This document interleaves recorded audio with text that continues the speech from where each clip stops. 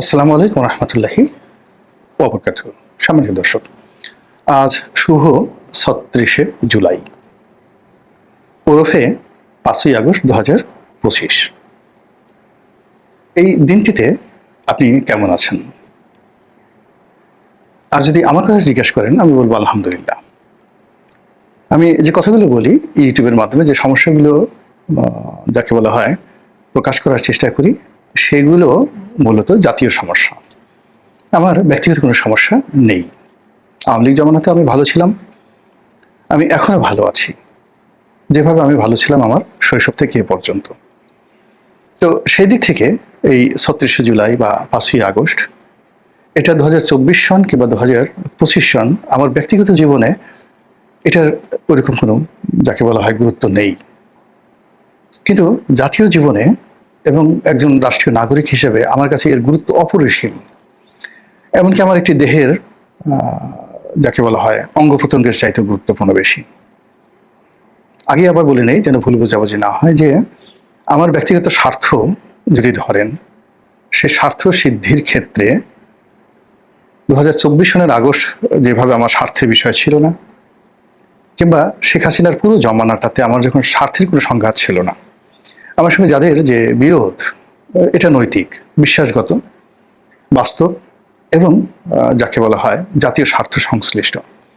কিন্তু ব্যক্তিগত কোনো বিষয় নিয়ে বিএনপি, আওয়ামী লীগ, জামাত কিংবা অন্য যে সকল ছোট বড় রাজনৈতিক দল রয়েছে, তারা সহ যারা আমার হেটার গ্রুপ, আমাকে পছন্দ করেন না, তাদের কারোর সঙ্গে আমার ব্যক্তিগত শত্রুতা নেই। এমনকি আমার কাছে মনে হচ্ছে যে আমার যারা হেটার গ্রুপ, তাদের কাউকে আমি চিনি না, এবং তারাও কেউ আমার সঙ্গে ব্যক্তিগতভাবে পরিচিত বা আমাকে জানেন এরকম লোক আমি দেখিনি, মানে যারা বিভিন্ন সময় ঘৃণা করেন বা যে সকল কথাবার্তা বলেন। যদি আমি আমার জীবনের একটা দিক হলো যে যাদের সঙ্গে আমার খুব পরিচয় হয়েছে, অন্তত ১ ঘন্টা আমরা পাশাপাশি বসে কথা বলার চেষ্টা করেছি বা বলতে সুযোগ পেয়েছি, তারা কেউই আজ পর্যন্ত আমার বিরুদ্ধে একটা টু শব্দ কখনো করেননি, একেবারে শৈশব থেকে এ পর্যন্ত।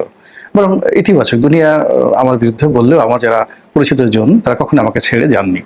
তো সেই দিক থেকে মানে বর্তমান সময়টি অতীতের মতোই আমার কাছে উপভোগ্য ব্যক্তিগতভাবে। কিন্তু জাতির যে স্বার্থ, মানুষের যে হাহাকার, মানুষের যে বেদনা, কিংবা আমার যে জ্ঞান এবং গরিমা দ্বারা আমি যে সমস্যাগুলো বুঝতে পারছি, সেই সমস্যাগুলোর কারণে অনেক কথা বলতে হয় এবং অনেক কথা বলে যাচ্ছে, এবং আগামীতে যদি আল্লাহ রাব্বুল আলামিন বেঁচিয়ে রাখেন তাহলে সেই কথাগুলো বলবো।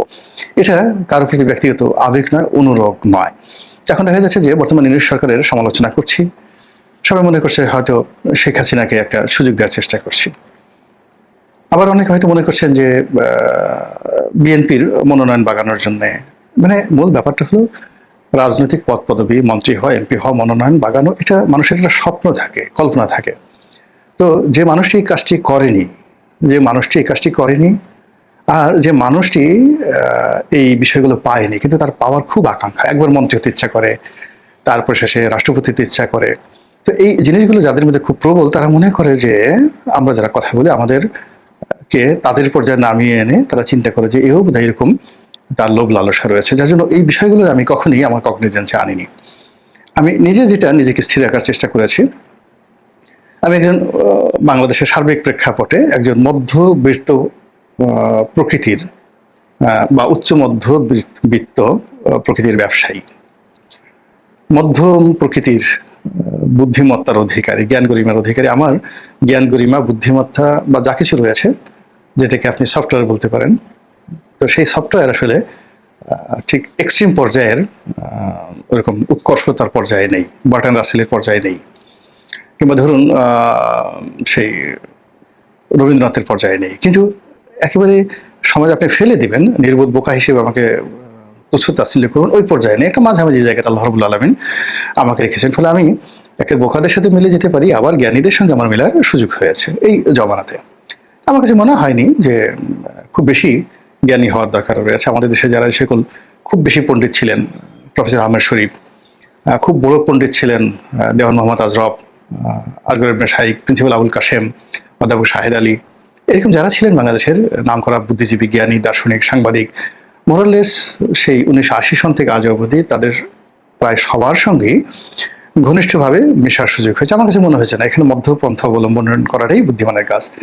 ব্যবসায়ী হওয়ার চেষ্টা করেছি, মাসাল্লাহ ধরেন 91-92 সনেই ব্যবসা করে কোটিপতি হয়ে গেছে। 91-92 সন মানে আজ থেকে আপনি কত বছর আগে হলো চিন্তা করুন। তো সেই সময়টিতে নিজে ব্যবসা করে 91-92 সনে সফলতার একেবারে স্বর্ণ শিখরে পৌঁছে গেছে। এবং তখন যদি সেই ব্যবসাটা আমি শুধুমাত্র ব্যবসার দিকে মনোযোগ করতাম, এর কারণ হলো টাকা ইজ এ সো সেলিব্রিটি, মানে টাকা হলে আসলে কারো মাথা ঠিক থাকে না।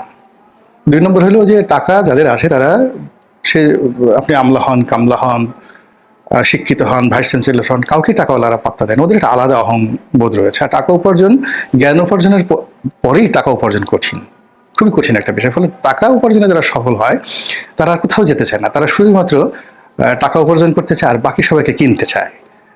তাদেরকে দেখা যাচ্ছে যে একজন আমলা, একজন রাজনীতিবিদ, একজন মন্ত্রী, তাদেরকে টাকা দিয়ে কেনা যায়, তাদেরকে কেনা যায়। তা কেনা যায় না 80 সন থেকে এই পর্যন্ত হাতে গোনা 2-1 জনকে দেখা গেছে, তাও না। মানে যাদেরকে আপনি মনে করেন যে এই লোকগুলোকে কেনা যায় না, কিন্তু আমি জানি তাদের অনেকেই কেনা যায় এবং তারা একাধিকবার বিক্রি হয়েছে, আপনারা জানেন না, এই যা অবস্থা আর কি। তো সেই টাকায় যারা খুব এক্সট্রিম পর্যায়ে পৌঁছে গেছেন, তো তাদের জীবন তছনছ হয়ে গেছে। এবং সেই টাকাওয়ালাদেরকে আমি যখন আমার পেশাগত জীবন শুরু হলো 86 সনে সংবাদপত্রের মাধ্যমে, তখন থেকে বাংলাদেশের শীর্ষ টাকাওয়ালাদেরকে দেখেছি। আবার যেহেতু সেই 91-92 সনে আমি টাকাওয়ালা হয়ে গেছি, তখন আরো কাছাকাছি পারিবারিকভাবে এদের জীবন যৌবন সবকিছু দেখার আমার সুযোগ হয়েছে। তো আমার কাছে মনে হয়েছে না, এখানে মধ্যপন্থা অবলম্বন করাটাই বেটার। এবং ফলে কি হলো, এই 91 থেকে এই পর্যন্ত আমার যে বার্ষিক গ্রোথ 1% হলেও বার্ষিক গ্রোথ হয়েছে, কখন আমাকে লসের মুখোমুখি হতে হয়নি। এটা মধ্যম পন্থা অবলম্বন করছি। রাজনীতিতে যখন আমি ঢুকলাম, সেখানে আমি কাছাকাছি যখন পেশা জীবনে এরশাদ সাহেবকে দেখেছি আজ রাষ্ট্রপতি হিসেবে, তার মন্ত্রী পরিষদ দেখেছি, 91 সনে বেগম জিয়া এলেন, তাদের সবাইকে দেখেছি কাছের থেকে। তো এখানে রাষ্ট্রপতি, প্রধানমন্ত্রী বা মন্ত্রী, এমপি, ওনাদেরকে আমি খুব ঘনিষ্ঠভাবে প্রফেশনালি 1986 সন থেকে দেখে আসছি। It is almost 40 years. আর আমার পরিবারে যারা আত্মীয় স্বজন ছিলেন তাদের তো শৈশব থেকে আমি দেখেছি, যারা মন্ত্রী ছিলেন, আইজি ছিলেন, জেনারেল ছিলেন, এমপি ছিলেন। তো আমার কাছে আসলে এই এখনকার যদি প্রেক্ষাপট আমি চিন্তা করি, যে আমি যাদেরকে 1973 সনে দেখেছি মন্ত্রী, আইজি, এমপি, আবার যাদেরকে 86 সনে দেখেছি, যাদেরকে 91-তে দেখেছি, আর যাদেরকে 2024 সনে দেখেছি মন্ত্রী, এমপি, যাকে বলা হয় প্রধানমন্ত্রী, রাষ্ট্রপতি, বিশ্বাস করেন আল্লাহর হস্তে বলছি, তারা কেউ বলতে পারবেন না যে আমি গোলাম মাওলা রনির চাইতে এখন ভালো আছি। কেউ ভালো নেই। এবং এখন যারা আছে এই জাস্ট 2-3 মাস পরে দেখবেন যে তারাও জাস্ট ইয়ানফসি করবে এবং কেউ বলবে না যে গোলাম মাওলা রনির চেয়ে ভালো আছে। এখানে আমি রাজনীতিতে একটা মধ্যম পন্থা অবলম্বন করেছি, যে সবসময় পদ পদবীর পেছনে ছুটতে হয় না। আমি আমার আপন মনে কাজ করে গেলে পদ পদবী আমার পেছনে ছুটবে, আর যদি না ছুটে এটা আমার জন্য ভালো নয়। তো এর ফলে কি হলো, যে আমার ব্যক্তিগত চাহিদা, দেশ বিদেশ, ক্ষোভ কখনো কাউকে কেন্দ্র করে হয়নি। আমি শেখ হাসিনা, খালেদা জিয়া, তারেক জিয়া, তারপরে শেষে ডক্টর মোহাম্মদ ইউনূস, এখন যারা আছেন, তাদের কাউকে ওইভাবে অন্য সব দল বা যারা লোকজন আছেন তাদের মতো ভালোবাসতে পারিনি। আর অন্য যারা নিষ্ঠুর মনের অধিকারী তাদের মতো ঘৃণা করতে পারিনি। আমার উভয়ের জন্য তাদের সমালোচনা করে আবার মায়া হয়। তো সেই দিক থেকে যেটা মনে হচ্ছে যে 2024 সনে আমার যে আবেগ অনুভূতি ছিল জাতির জন্য, এটা ছিল একটা অসম্ভব যে কোনো মূল্যে শেখ হাসিনা যাক, যে কোনো মূল্যে শেখ হাসিনা যাক। এবং শেখ হাসিনা চলে গেছে। ফলে শেখ হাসিনা চলে যাওয়ার সেই দিনটি আমার মনে পড়ে যে 2024 সনের 5ই আগস্ট, যখন আমি জানলাম, আমি আগেই জেনে গেছিলাম তিনি যাচ্ছেন। সেটা ধরুন আনুমানিক দুপুর 12:30টার দিকে আমি জেনে যাই, কিন্তু ফাইনালি তিনি যান 2:15টার দিকে। তো 2:15টার দিকে সকল ঢাকা শহর আনন্দে উদ্বেলিত। এবং তখন আমার যে ইমেজ, মানে আমি রাজপথে যদি শাহবাগে যেতাম, গণভবনে যেতাম, পার্লামেন্টে যেতাম 2টোর সময়, 3টার সময়, আমি যদি ক্যান্টনমেন্টে যেতাম, আমি যদি বঙ্গভবনে যেতাম, তাহলে এই এখন যারা আসছেন বিশ্বাস করেন তাদের মধ্যে কেউ নাই, no one who can supersede, who can talk more than me. মানে আমার উপর আধিপত্য বিস্তার করে কথা বলবেন এখন এই সরকারের একজন সিঙ্গেল লোক নেই। এবং ওই সময়টিতে 2024 সনে আমার অবস্থা আরো ভালো ছিল, এখনকার সাথে এদের অবস্থা এখনের সাথে 100 গুণ খারাপ ছিল। ফলে ওখানে সেনাপ্রধান বলেন, যা কিছু বলেন, ওখানে আমি বললে, আমি কথা বলা শুরু করলে সবাই বলতেন যে ঠিক আছে রনি সাহেব বা রনি ভাই আপনিই বলেন। এবং এই সরকারের মধ্যে যারা আছেন আমাকে তুমি করে বলার লোক একজনও নেই। তো আমি কি করলাম, সেই 2টো থেকে ধরুন রাত্রি 10টা পর্যন্ত অফিসে রইলাম, আমার সেই আবেগ উচ্ছ্বাসকে দমন করে। এবং আমার লোভ, লালসা, কামনা, বাসনা একদম মানে কোনো খ্যাতির জন্য, প্রাপ্তির জন্য ছুটেনি। তাহলে আমার যে অফিস, সেই অফিসে আমি সেই সকাল 12টা থেকে রাত্রি 10টা পর্যন্ত আমি একা একা থেকেছি। অথচ আমি যদি বের হতাম, যারা কিছু চেয়েছে তাদের সবাইকে বের হতে হয়েছে। এবং আপনি যদি যা চান তার জন্য বের না হন, বিএনপি মনোনয়ন চাইতে হলে তারেক রহমান সাহেবের দাবিদারি করতেই হবে, আওয়ামী লীগের মনোনয়ন চাইলে শেখ হাসিনা শেখ পরিবারের দাবিদারি করতে হবে। এটা সবাই বুঝে, আমি কেন বুঝি না বলেন তো? ওখানে 5 তারিখে পদ পদবি পেতে হলে সেখানে উপস্থিত থাকতে হবে, সেনাপ্রধানকে একটা টেলিফোন করতে হবে, ডক্টর মোহাম্মদ ইউনূসকে একটা কথা বলতে হবে, আর ছাত্রদেরকে বলতে হতো না। আমি ওখানে গেলেই অটোমেটিক সেটা স্বয়ংক্রিয়ভাবে কাজ হতো। তো সেই জিনিসগুলোকে দমন করে একা একা আমি রাত্রি 10টার সময় বের হলাম, যে লোকজন যেন আমাকে না চিনে, আমাকে যেন হই হুল্লোড় না করে, আমাকে যেন কোনো প্রাপ্তির আকাঙ্ক্ষা পেয়ে না বসে। এবং তারপরেও আমি 10টার সময় বের হতে হতে গিয়ে আমার বাসায় পৌঁছতে পৌঁছতে রাত্রি 1টা বেজে গেল। এই সবাই যার সঙ্গে দেখা হচ্ছে ছবি তুলছে, আমি হেঁটে হেঁটে সেই আমার পল্টনের অফিস থেকে ধানমন্ডির বাড়িতে গেলাম। ফলে কি হলো, ওই দিন I was the happiest man in the world. কিন্তু 8 তারিখে যখন সরকার গঠন হলো, সেদিন থেকে আমার মোহভঙ্গ হতে শুরু করলো। আমার কাছে মনে হলো যে আমার যে রাজনৈতিক যে অভিজ্ঞতা, সেই অভিজ্ঞতার সঙ্গে এই যা কিছু হচ্ছে এটা আমি মিলছে না। ফলে আমি 8 তারিখ থেকে কিন্তু সরকারের কর্মকাণ্ড, এই সরকার গঠন, সবকিছু নিয়ে আমার ভিন্ন মত আমি প্রকাশ করা শুরু করলাম। 2 মাস 3 মাস মোটামুটি এইভাবে চললো। এরপর আর অনেকেই যুক্ত হলেন, পিনাকি যুক্ত হলেন, তারপর শেষে বাংলাদেশের জিল্লুর রহমান যুক্ত হলেন, তারপরে মাসুদ কামাল যুক্ত হলেন। আপনি গিয়ে দেখেন এদের সবার বক্তব্য মানে আগস্ট 2024, আগস্ট, সেপ্টেম্বর, অক্টোবর। এবং আমার কাছে মনে হচ্ছে যে সম্ভবত 2025-এর জানুয়ারির আগে তারা নেতিবাচক কথা বলেননি। একমাত্র পিনাকি সেই 2024-এ অক্টোবর নভেম্বর থেকে তিনি বলা শুরু করেছেন। এর আগ পর্যন্ত পিনাকি মোটামুটি একটা নিউট্রাল রাখার চেষ্টা থেকেছেন আর কি। কিন্তু আমি যে কথাগুলো বলেছি, আমার জন্য পুরো সমাজ তখন ভয়াবহ হয়ে উঠলো। সবাই বলে যে এরা সব জায়গায় মব করছে, আপনাকে নিয়ে মব করতে পারি, ইত্যাদি ইত্যাদি। কিন্তু আমার ওই আতঙ্ক এখনো যেভাবে তাড়া করে না, আগেও সেভাবে তাড়া করেনি। কিন্তু গত 11 বছরে যে জিনিসটি, গত 11 মাসে যে জিনিসটি আমি দেখছি, সেটি হলো 2024 সনের 8ই আগস্ট যখন সরকার শপথ নিলেন, তখন থেকে আমি যে আতঙ্ক অনুভব করছিলাম, যে ভুল এবং ভ্রান্তি, আমি প্রাণান্ত চেয়েছিলাম যে আমার কথাবার্তাগুলো ভুল প্রমাণিত হোক, ডক্টর ইউনূস সফল হন। এই উপদেষ্টা মন্ডলী যারা আছেন তারা আমার সমস্ত রাজনৈতিক ক্যালকুলেশন বাদ দিয়ে তারা সফল হননি। আকাঙ্ক্ষা ছিল, কিন্তু বাস্তবে হলো কি, সেটা হয়নি। ফলে আমি যেভাবে এটাকে শুভ 36শে জুলাই বলছি, এভাবে সবাই কিন্তু 36শে জুলাই বলতে পারছেন না, কেউ কেউ বলছেন।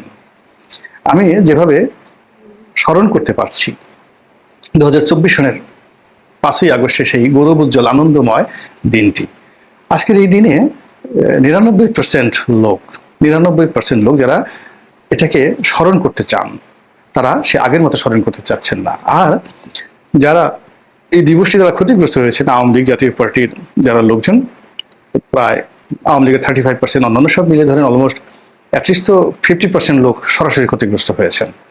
তো তারা তো এই দিনে দাঁত বের করে কিল বিলিয়ে হাসছেন যে আমাদেরকে তাড়িয়েছিলে, এখন দেখো মজা, রক্ত লাল করেছিলে নিজেদের প্রোফাইল পিকচার, এখন তোমাদের পাছা লাল হয়ে গেছে অনেকের, এখন বুঝো খেলাটা কেমন।